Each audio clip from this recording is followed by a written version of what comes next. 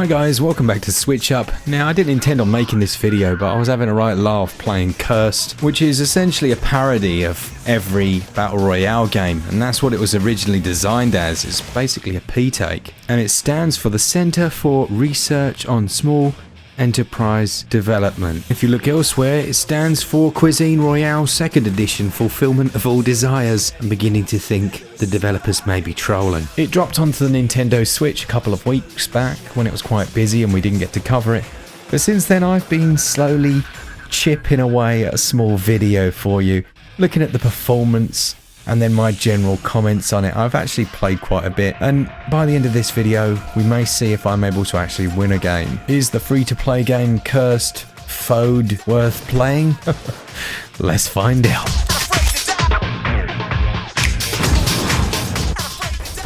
Let's jump in at the deep end then, and we find out pretty quickly that there's no water in the pool at all, and we're going to land face first in a smudgy mess. On Switch, it doesn't look great. It's interesting because this runs on the Dagger engine, which I believe is a proprietary one, so you would have thought they would have been able to potentially tweak it a bit more than this. But as it stands, it's a very blurry mess. You can barely see into the distance. Texture resolution is very low. There are light maps here and a couple of effects that are semi-decent, like real-time shadows, but visual clarity just isn't quite, well, it's not quite right. It's not nearly right, it's a mess. But that's not to say the game is completely awful. The frame rate sticks at 30 FPS almost at all times, and the draw distance is also pretty high. You can see players in the distance, well, you can see the shapes of players in the distance, and thankfully most weapons have sights that you can aim down, and then there's the controls. It actually handles really well.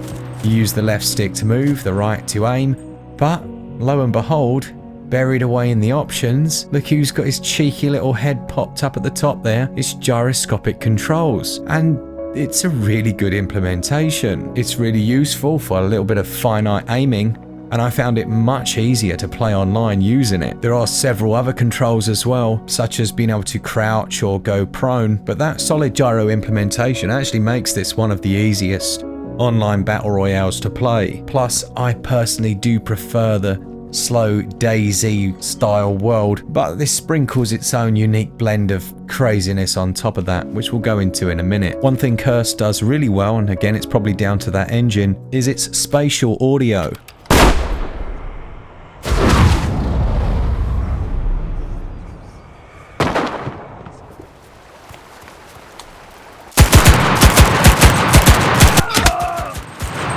It's very easy to hear where players are coming from, and it's also easy to hear distant firefights and be able to quickly hone in on their position using just the directional sound. The character designs are interesting, and I did find it slightly comical that I quite literally had to pay to wear clothes, which I refused to do.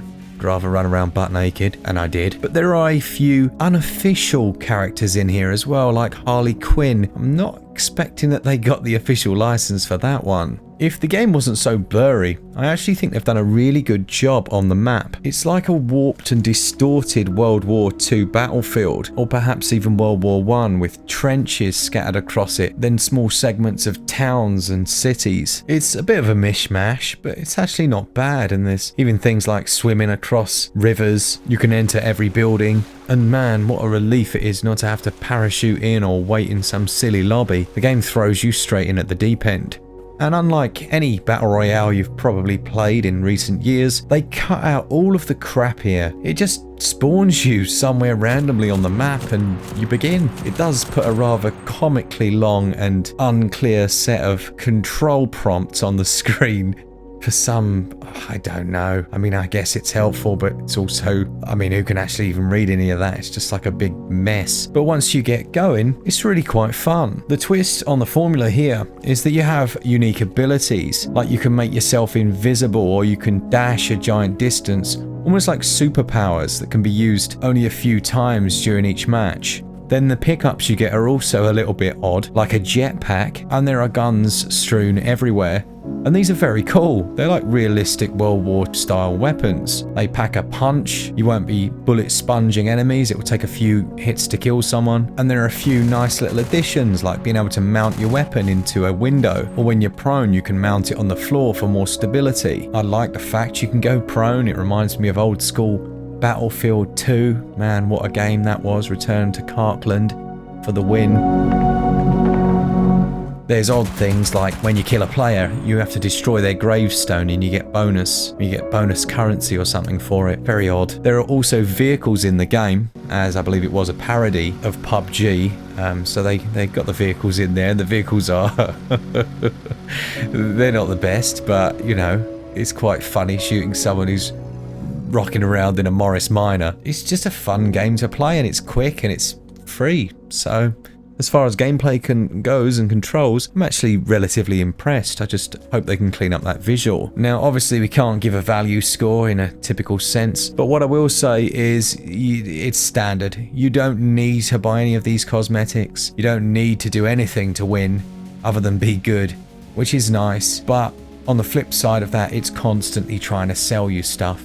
At the end of each round, it will say, oh, there's this limited once-in-a-lifetime opportunity to spend a load of cash on a tiara, and it's only available for 21 hours. Quick act now. No thanks. No thank you very much. But you can do it. And it does have battle passes and all that nonsense. So overall, Cursed is actually worth your time. It's very, very fun. It's stupid, it's free, and if they can just patch up that blurry visual, this would be delightful. Now, I know there's only one more question that you're waiting to ask yourself, and that is, Mark, did you actually manage to win a round? Well, let's find out.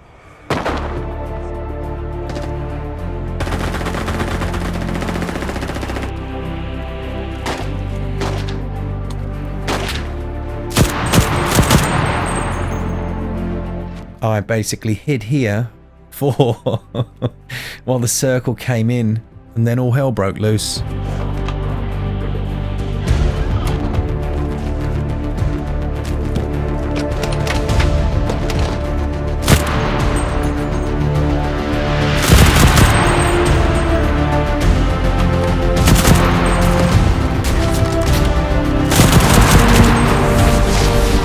Winner, winner, chicken dinner. Let me know in the comments if you've played this one or if you're considering trying it out. It's absolutely free. What have you got to lose other than, well, any in-game clothes by the looks of it. Thanks for watching. I hope you've enjoyed it. Again, very quick video. Thought I'd knock it together because I was just having a good laugh with it. For all things Switch, oh, thanks to our patrons. Remember, if you want to join them, you can do so from as little as like $0. All the links are down in the description, and also join our Discord. Hopefully we can get some players together for this one, because you can play with up to 4 players. For all things Switch, all the time, keep it Switch up. Cheers guys, see ya!